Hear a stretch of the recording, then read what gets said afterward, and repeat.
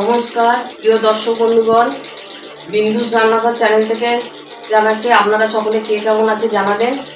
আমি এখন যে রেসিপিটি নিয়ে এসেছি সেটা হচ্ছে কচুর শাক, নারকেল দিয়ে চিংড়ি মাছ দিয়ে কচুর শাক রান্না করব। এখন আমি রেসিপিটা আরম্ভ করছি। কুকারটাকে ধুয়েছি, কচুর শাক সেদ্ধ করেছি। এই কুকারটাকে খুললাম, এখনো গরম, একটু ঠান্ডা হয়েছে। এই জল সিদ্ধ এখন থাক, অল্প জল আছে সামান্য, ওই জলটা ফেলবো না। অনেকে ফেলে দেয়, কিন্তু ফেললে ফুড ভ্যালুটা নষ্ট হয়ে যাবে। আমি এবার চিংড়ি মাছটাকে ম্যারিনেট করছি হলুদ দিয়ে। অল্প একটু হলুদ গুঁড়ো দিলাম, একটু নুন দিলাম,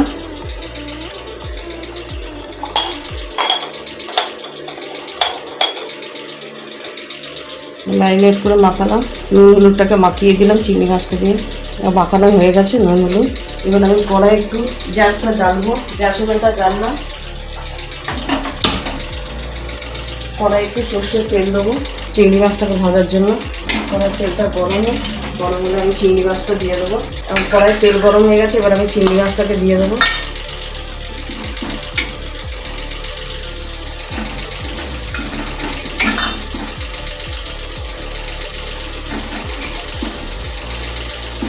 চিংড়ি মাছগুলোকে আমি টুকরো করে দিয়েছি।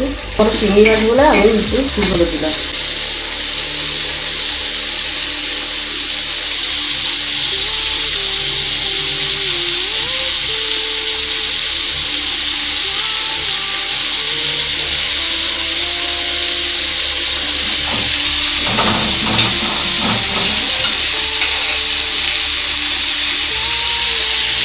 চিংড়ি মাছটাকে হালকা করে ভেজে নেবো।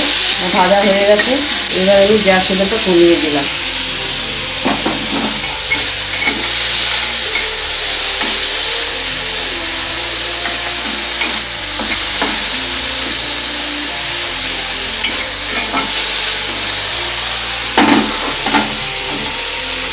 এবার আমি কড়াইটা চাপালাম, এতে একটু সরষের তেল নেবো।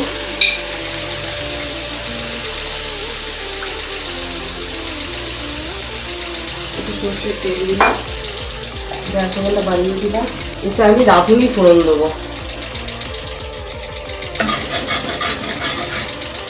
এতে হলুদ দেবো না, রাঁধুনি ফোড়ন দেবো।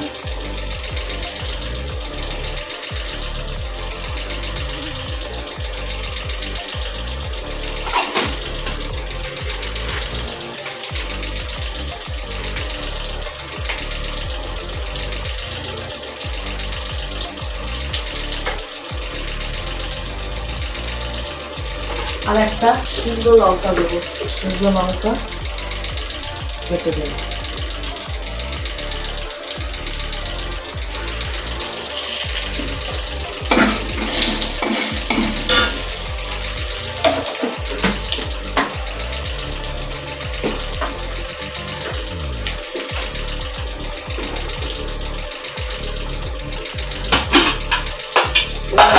আমি জল শুকিয়ে দিয়ে দেবো।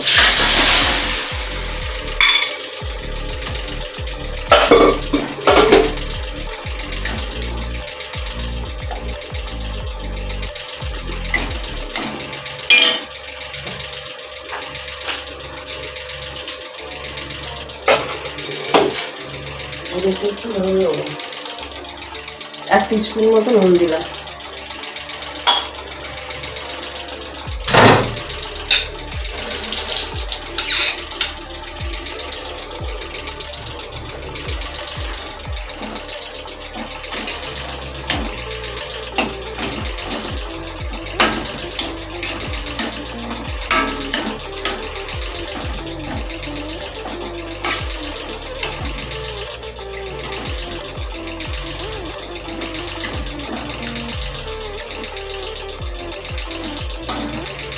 এবার আমি ঢাকনাটা চাপা দিলাম।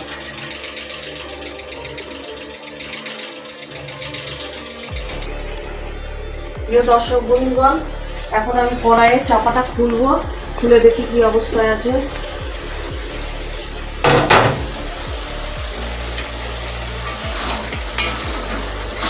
হয়েছে, এবার আমি নারকেলটা দেবো। 1 বাটি নারকেল কোড়া ছিল, সেই 1 বাটি নারকেল কোড়া দিলাম। ছোটো বাটি 1 বাটি নারকেল কোড়া দিলাম। এবার চিংড়ি মাছটা দিয়ে দেবো।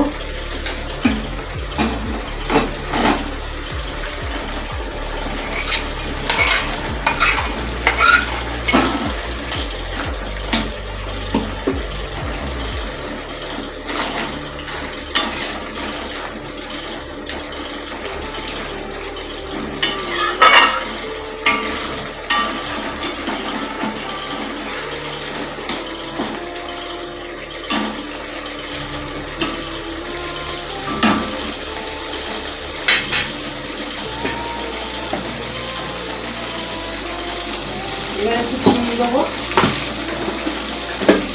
হাফ টিস্পুন মতো চিনি দেবো।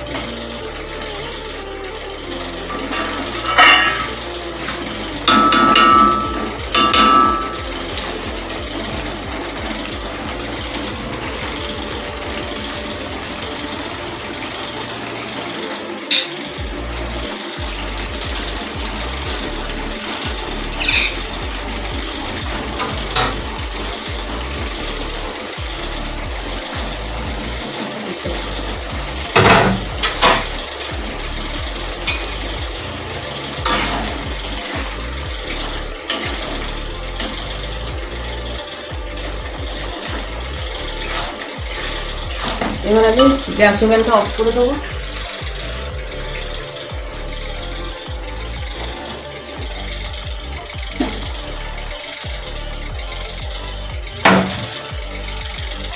এবার আমি বাটিতে ঢালবো।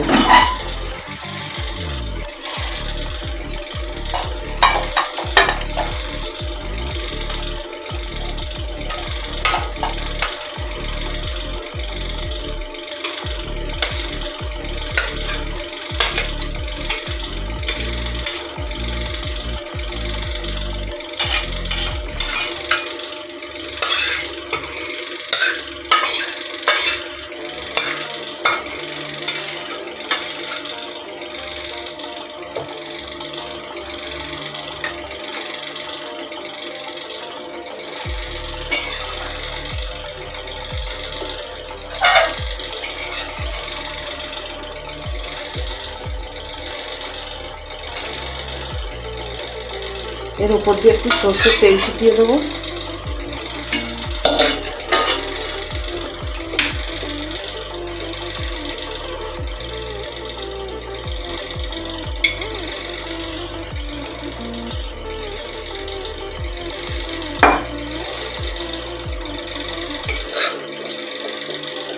সরষের তেল ছিটিয়ে দেবো। আমার রেসিপিটা হয়ে গেছে। বিন্দুস রান্নাঘর চ্যানেলটিকে শেয়ার, লাইক এবং সাবস্ক্রাইব করে দেবেন এবং কমেন্টে লিখে জানাবেন যে কচুর শাকটা কেমন তৈরি হয়েছে।